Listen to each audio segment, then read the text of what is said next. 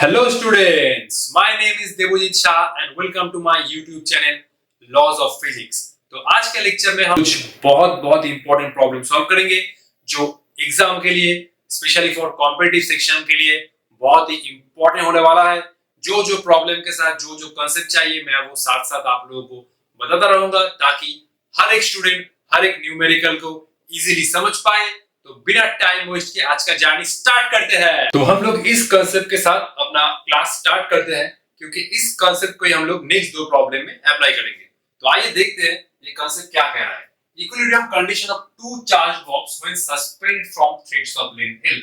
दो charge bob है, दोनों ही इक्विलिब्रियम कंडीशन में है और वो दोनों दो स्ट्रिंग से बंधे हुए हैं जिसका लेंथ है L। तो पहला जो डायग्राम है उसमें हम लोग क्या डिस्कशन कर रहे हैं, ये बॉब दोनों का मास और चार्ज सेम है, दो स्ट्रिंग से बंधे हुए, दोनों का लेंथ है L और ये पूरा एंगल है 2 थीटा।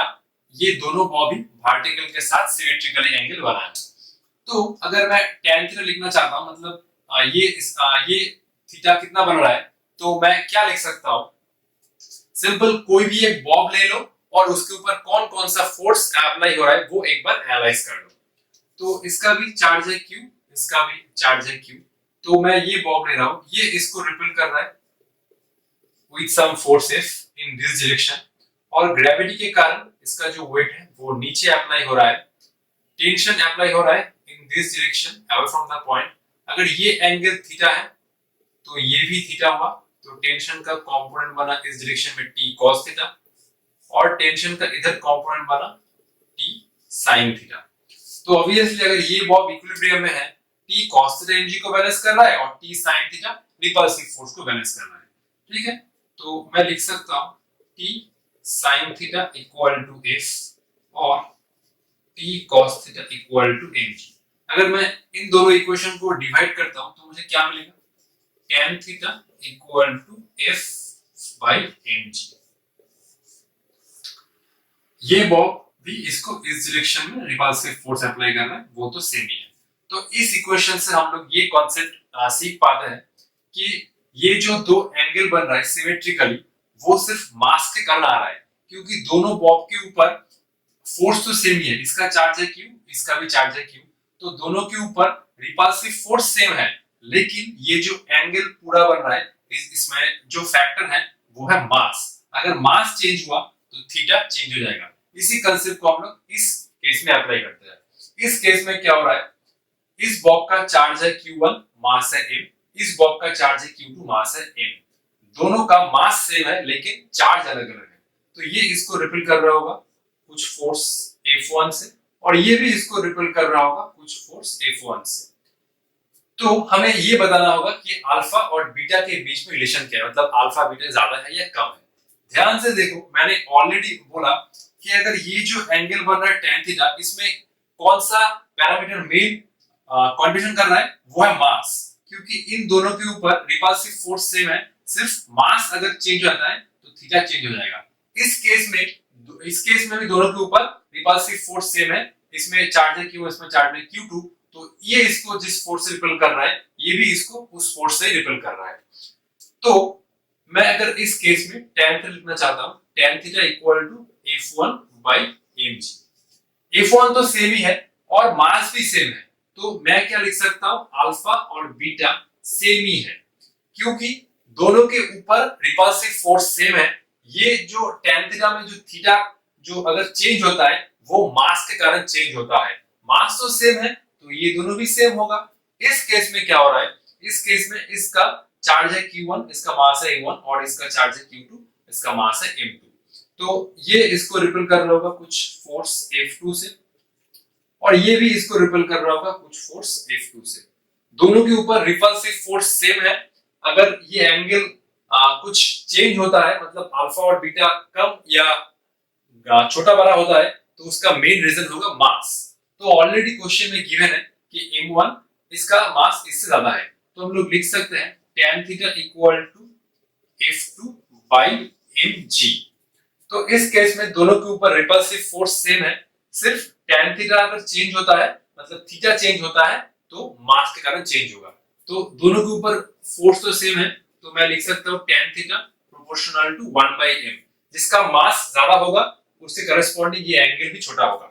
जिसका मास ज्यादा होगा उसका tan थीटा कम होगा और उसका थीटा भी कम होगा। इस केस में m1 m2 से ज्यादा है तो ऑब्वियसली ये एंगल छोटा होगा, अल्फा लेस देन बीटा।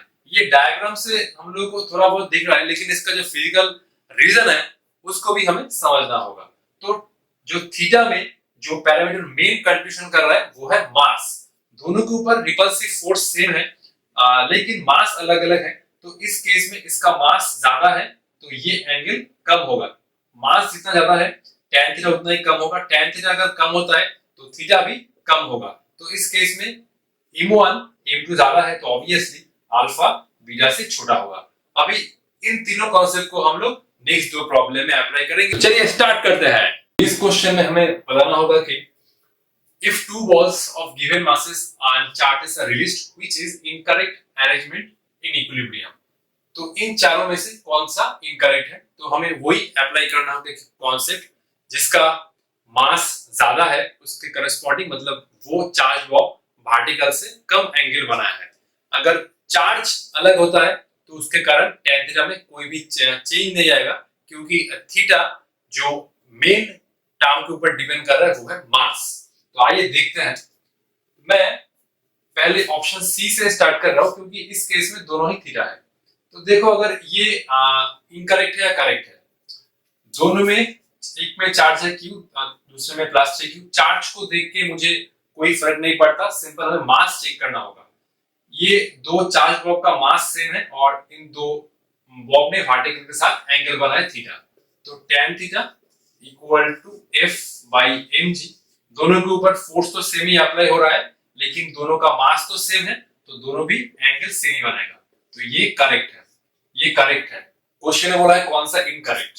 तो मैं अभी ऑप्शन ए की तरफ चलता हूं। ऑप्शन ए क्या बोल रहा है,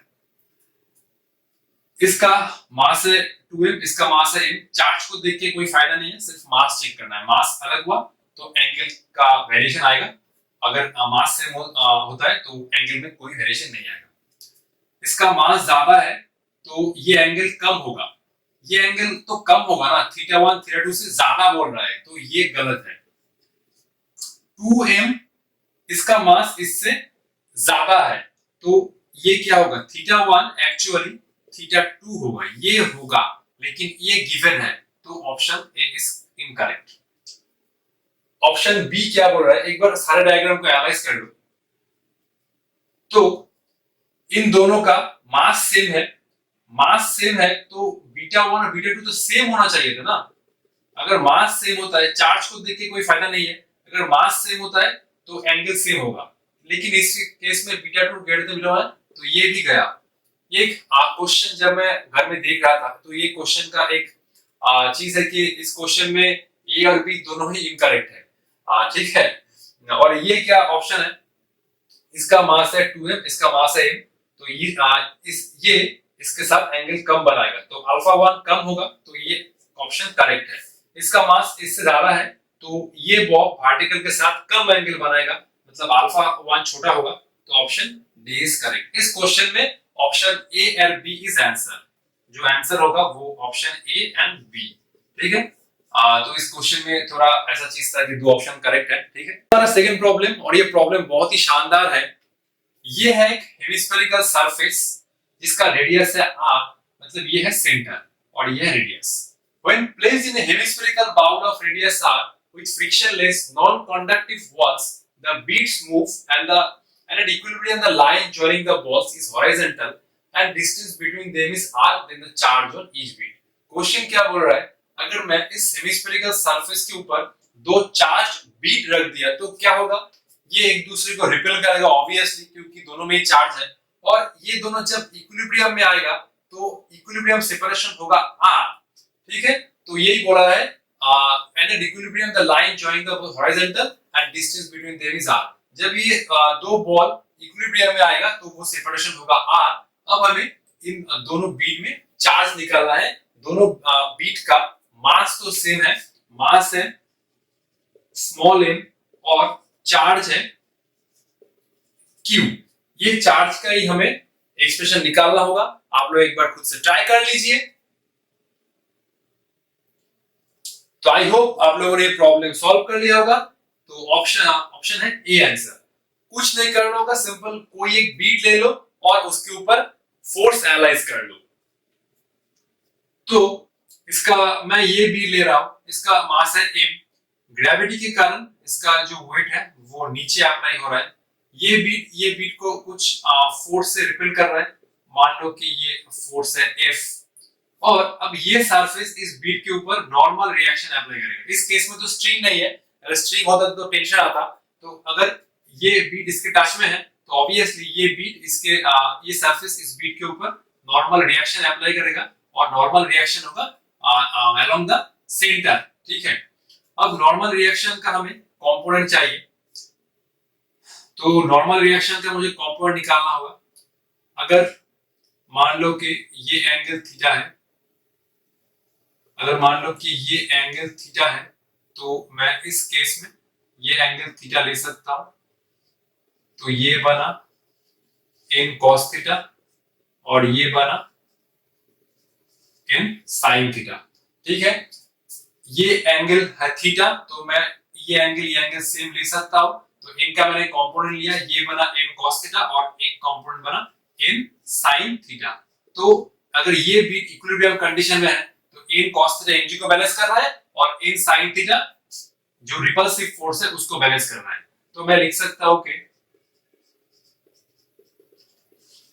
n sin theta equal to f, और ये मैं लिख सकता हूं कि n cos theta equal to mg।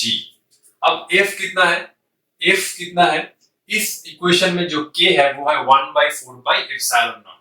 k क्या है, अच्छा f को मैं ऐसे लिख सकता हूं k q स्क्वायर, और ये डिस्टेंस कितना है, ये है टोटल r, इक्विलिब्रियम सेपरेशन है r, तो r square.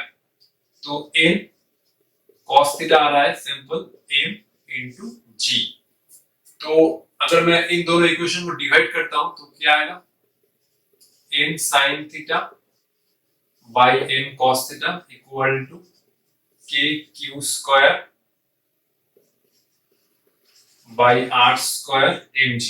n sin theta by n cos theta k q square by r square mg, n से n गया तो ये बना tan theta equal to k q square by r square mg। अब हमें इस ट्रायंगल से tan थीटा वैल्यू निकालना है। tan थीटा मतलब ये, मैं इस जो ट्रायंगल है इस ट्रायंगल को मैं पूरा डायग्राम को मैं बाहर एनालाइज कर रहा हूं। मैं एक बार डायग्राम को बाहर बना देता हूं ताकि ये डायग्राम पूरा विजिबल हो। ये एक बॉब था, मतलब बीट था, और ये भी एक बीट था। ये एंगल हुआ थीटा, तो इसके ऊपर ग्रेविटी के कारण अप्लाई हो रहा है mg, इस डायरेक्शन में हुआ रिपल्सिव फोर्स, और ये हुआ नॉर्मल रिएक्शन।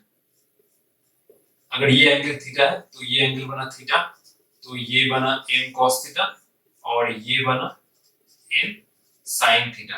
अब ये थीटा, अच्छा ये पूरा जो डिस्टेंस है ये पूरा डिस्टेंस बना r, और ये भी डिस्टेंस है r। अब tan थीटा कितना हुआ, परपेंडिकुलर बाय बेस।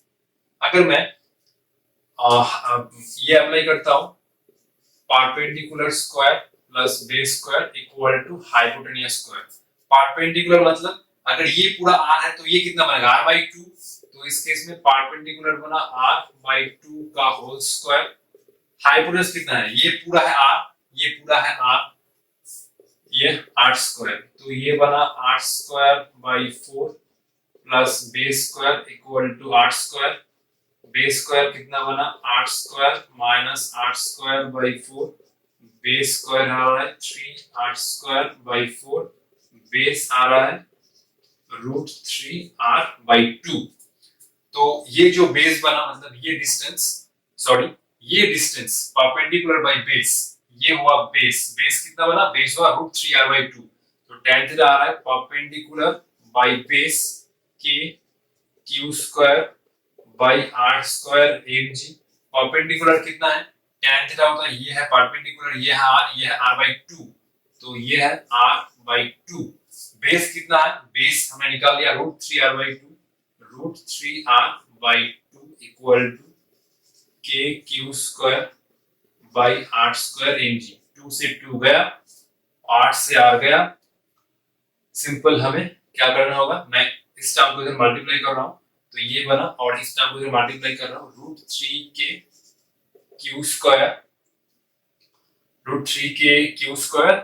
√3 का ये आ रहा है r² into mg। तो मैं लिख सकता हूं यहां से q² equal to r² mg by k√3, और q का जो वैल्यू आ रहा है q, अगर मैं इस इक्वेशन को अंडर रूट लगाता हूं तो r² से बना r, और ये पूरा टर्म आएगा mg by k√3 to the power of half. तो ऑप्शन ए इज करेक्ट। मैं एक बार फिर से चेक कर लेता हूं, ये अगर ये एंगल थीटा है तो ये बना परपेंडिकुलर, परपेंडिकुलर मतलब r/2, और ये बना बेस, बेस कितना हुआ हमने इस इक्वेशन से निकाल लिया, परपेंडिकुलर बना r/2, बेस बना √3r/2, 2 2 कैंसिल, r कैंसिल, यहां से √3kq² r² mg, q² equal to r² mg by k√3, q बना r, mg बाई k√3। तो इट इज करेक्ट। आप लोग एक बार देख लीजिए, सिंपल इस प्रॉब्लम में हमें फोर्स को एनालाइज करना था और ये डिस्टेंस निकालना था, ठीक है। ये है हमारा प्रॉब्लम नंबर 3, और ये प्रॉब्लम भी जबरदस्त है। ये प्रॉब्लम तो मुझे बहुत ही अच्छा लगा है, और इस प्रॉब्लम को सॉल्व करने के लिए थोड़ा प्रोजेक्टाइल का कंसेप्ट भी चाहिए। अब सर प्रोजेक्टाइल तो सर क्या था सर? अरे भाई चिंता मत करो ना, मैं हूं ना, एक बार दिखा देता हूं। क्वेश्चन क्या बोल रहा है, ए particle having charge q and mass m is projected with velocity v vector equal to 2i cap minus 3j cap। जो वेलोसिटी है वो है 2 डायमेंशन में in a uniform electric field e vector equal to e naught j cap। what is the change in momentum during a time interval t। एक particle को कुछ velocity के साथ फेंका गया है और उस रीजन में इलेक्ट्रिक फील्ड प्रेजेंट है। ऑब्वियसली इसका जो पाथ होगा वो पैराबोला टाइप होगा, एग्जैक्टली सेम एज प्रोजेक्टाइल। तो हमें चेंज इन मोमेंटम निकालना होगा कोई एक टाइम इंटरवल t में, सिर्फ चेंज इन मोमेंटम का मैग्नीट्यूड निकालना होगा। तो पहले हमें डायग्राम एनालाइज करना होगा। ये हुआ x एक्सिस और ये हुआ y एक्सिस। अब इलेक्ट्रिक फील्ड प्रेजेंट है, constant electric field, constant electric field तो इस डायरेक्शन में प्रेजेंट है, E नॉट J कैप, ठीक है। अब पार्टिकल को 2i cap minus 3j cap, particle का जो इनिशियल वेलोसिटी है वो है x डायरेक्शन में, और y डायरेक्शन में इनिशियल वेलोसिटी -3, मतलब पार्टिकल को कुछ ऐसे फेंका गया है, कुछ ऐसे फेंका गया है। अब बोलो तो पार्टिकल किस पाथ में जाएगा, या ऊपर जाएगा या नीचे जाएगा? एक बार ध्यान से देख लो, इस पार्टिकल का जो चार्ज है वो q है। अगर मैं इस कांसेप्ट को अप्लाई करता हूं कि एक चार्ज पार्टिकल को मैं यूनिफॉर्म इलेक्ट्रिक फील्ड में रख दिया तो रेस्ट में, ठीक है, तो अगर रेस्ट में रख दिया तो क्या होगा, इसके ऊपर फोर्स अप्लाई होगा, फोर्स अप्लाई होगा और इसका कुछ एक्सेलरेशन आएगा in the direction of electric field, तो ये इलेक्ट्रिक फील्ड डायरेक्शन में मूव कर जाएगा। तो इस केस में भी जो चार्ज पार्टिकल है उसका चार्ज है q, और अगर मैं इस कुछ वेलोसिटी के साथ इस डायरेक्शन में प्रोजेक्ट किया तो फाइनली ये ऐसे आएगा, फाइनली ये ऐसे आएगा, क्योंकि पॉजिटिव चार्ज पार्टिकल है, positive charge particle electric field के डायरेक्शन में मूव करेगा, ठीक है। तो ux है 2, x डायरेक्शन में इनिशियल वेलोसिटी है 2 और y डायरेक्शन में इनिशियल वेलोसिटी है -3। अगर +3 होता तो ये पार्टिकल ऊपर जाता, कुछ ऐसा पाथ आएगा। अब क्या बोला है, what is the change in momentum. तो मान लो कि कोई एक टाइम t पर पार्टिकल ये आया, इस पॉइंट पर आया है, ठीक है, कोई एक टाइम पर। तो इस डायरेक्शन में पार्टिकल का, मैं एक्चुअल नहीं जानता कि पार्टिकल कहाँ आया है आफ्टर टाइम t, मैंने मान लिया कि इस पॉइंट से प्रोजेक्ट करने के बाद t टाइम पर पार्टिकल ये पॉइंट पर आया है, तो पार्टिकल का वेलोसिटी है v। इस पॉइंट पे मैं v का दो कंपोनेंट बना सकता हूं, एक हुआ vx और दूसरा हुआ वी वाई। अब देखो Vx में तो कोई चेंज नहीं होगा क्योंकि एक डायरेक्शन में कोई भी इलेक्ट्रिक फील्ड प्रेजेंट नहीं है, तो एक डायरेक्शन में कोई भी फोर्स नहीं आएगा, तो एक डायरेक्शन में वेलोसिटी भी चेंज नहीं होगा। तो मैं अगर इस इक्वेशन को लिखता हूं Vx equal to ux plus axt, simple, हमें काइनेमेटिक्स का फॉर्मूला अप्लाई करना पड़ेगा। Vx equal to ux plus axt, एक डायरेक्शन में तो कोई फोर्स ही नहीं है, एक्सेलरेशन नहीं होगा, तो ux आएगा सिंपल 2। अब Vy मैं कैसे लिख सकता हूँ, Vy equal to uy plus ay into T. uy कितना है -3। अब ay कितना है, चार्ज पार्टिकल के ऊपर इलेक्ट्रिक फील्ड के कारण कुछ फोर्स आएगा और फोर्स के कारण एक्सेलरेशन आएगा। तो जो फोर्स होगा वो इस डायरेक्शन में होगा Fy, और जो एक्सेलरेशन होगा वो भी इस डायरेक्शन में होगा। मैंने ऑलरेडी बोल दिया है कि पॉजिटिव चार्ज पार्टिकल अगर मैं इलेक्ट्रिक फील्ड में रखता हूं तो उसके ऊपर इलेक्ट्रिक फील्ड के डायरेक्शन में ही फोर्स और एक्सेलरेशन आएगा। तो इस डायरेक्शन में पार्टिकल के ऊपर एक्सेलरेशन आएगा, वो कितना होगा, सिंपल QE/m, और इस केस में E नॉट, तो मैं इसको E नॉट लिख सकता हूं। तो AY कितना हुआ, QE0/m इंटू टी। ये हुआ टी टाइम पर पार्टिकल का जो वेलोसिटी है उसका y कंपोनेंट। अगर मैं v को लिखना चाहता हूं तो v हुआ एट टाइम t, ये हुआ 2y कैप, और ये हुआ -3 plus QE0t/m into j cap, Vx I cap plus Vy j cap. अगर मैं फाइनल मोमेंटम लिखना चाहता हूं तो मैं कैसे लिख सकता हूं, Pf equal to m into v vector, particle का जो मास है वो कितना है, m है, तो मैं सिंपल m से इसको मल्टीप्लाई कर रहा हूं, तो ये आ रहा है twice m I cap minus 3m j cap plus, अगर मैं इसको m से मल्टीप्लाई कर रहा हूं तो ये m नहीं आएगा, ये आ रहा है QE0t j कैप। और इनिशियल मोमेंटम कितना था, इनिशियल मोमेंटम कितना था, सिंपल मैं इसको मल्टीप्लाई कर रहा हूं m से, तो ये आएगा twice m I cap minus 3m j cap. अब ये भी और ये भी सेम नहीं है, ये पार्टिकल का velocity at any time t, ये तो इनिशियल वेलोसिटी था, और ये है कोई एक टाइम t पर पार्टिकल वेलोसिटी Vx और Vy मैंने निकाल लिया, तो ये आया Vx I cap plus Vy j cap, ठीक है। और फाइनल मोमेंटम मैंने निकाल लिया इसको m से मल्टीप्लाई करके, और इनिशियल मोमेंटम क्या है, मैं सिंपल इसको m से मल्टीप्लाई कर लिया। अब मुझे चेंज इन मोमेंटम निकालना है। चेंज इन मोमेंटम हम लोग कैसे निकाल सकते हैं, मैं ये कर रहा हूं final momentum minus initial momentum, तो 2m I cap minus 3m j cap plus QE0t j cap, minus करने से ये आएगा minus 2m I cap minus 2m I cap plus 3m j cap plus 3m j cap, तो ये term गया, ये term गया, तो ये सिंपल आ रहा है QE0t इंटू j कैप।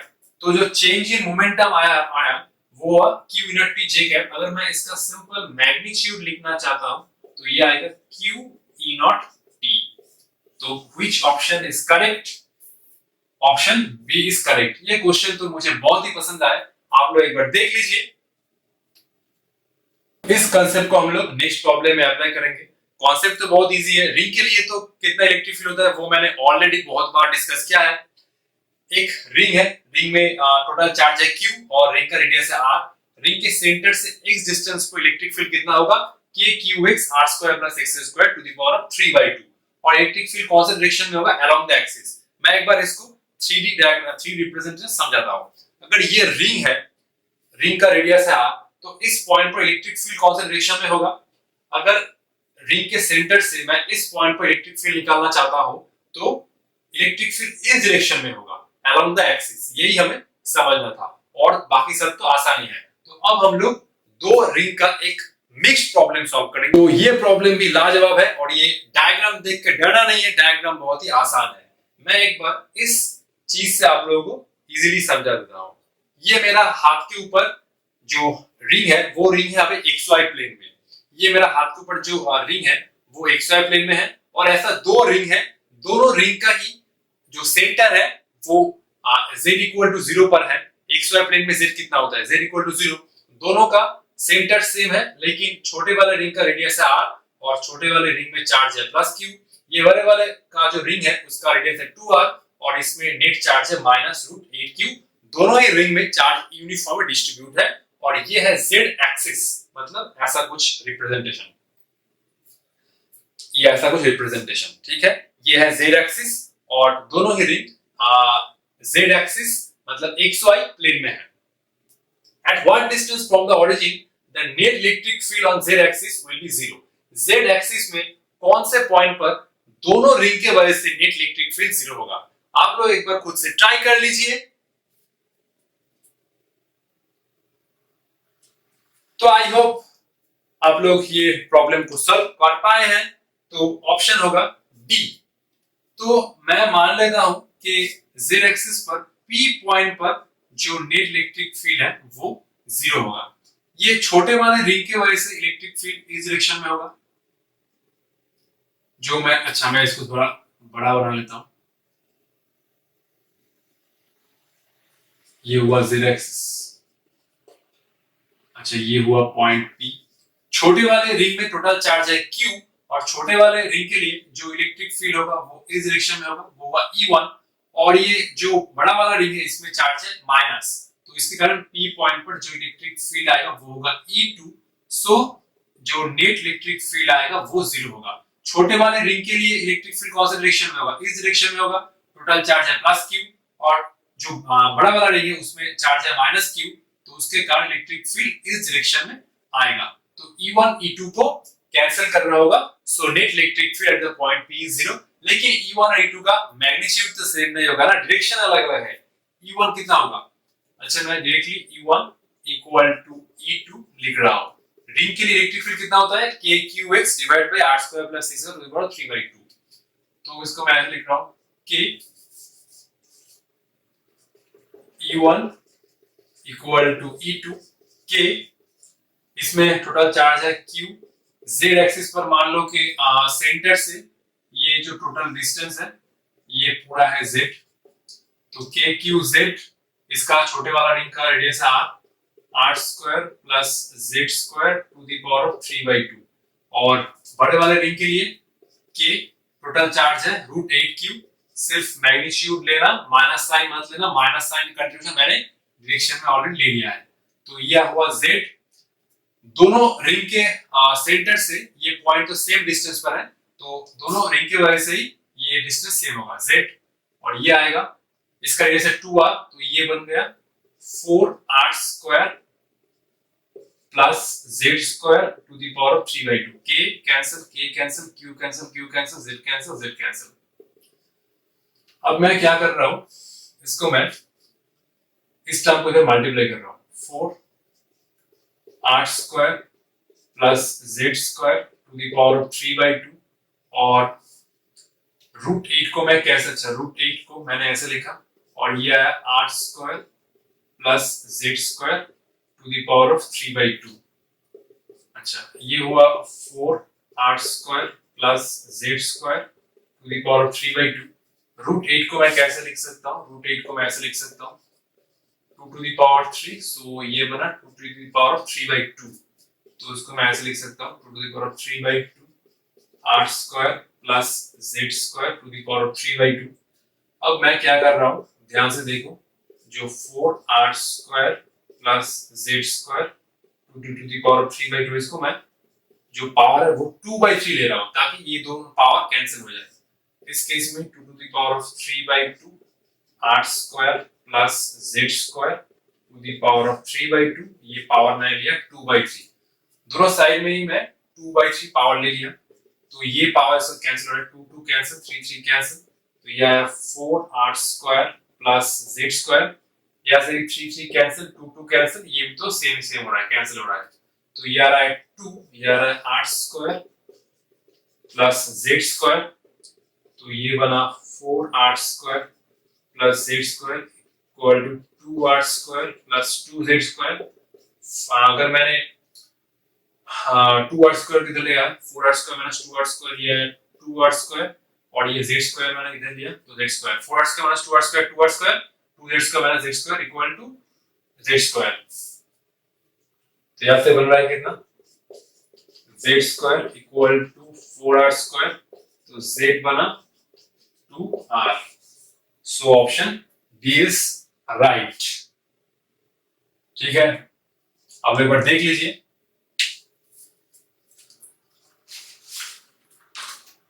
तो ठीक है, आज के लिए इतना ही। मिलते हैं नेक्स्ट वीडियो में। नेक्स्ट वीडियो में हम लोग कुछ जबरदस्त शॉर्टकट डिस्कस करेंगे जो एक एक स्टूडेंट का दिल खुश कर देगा।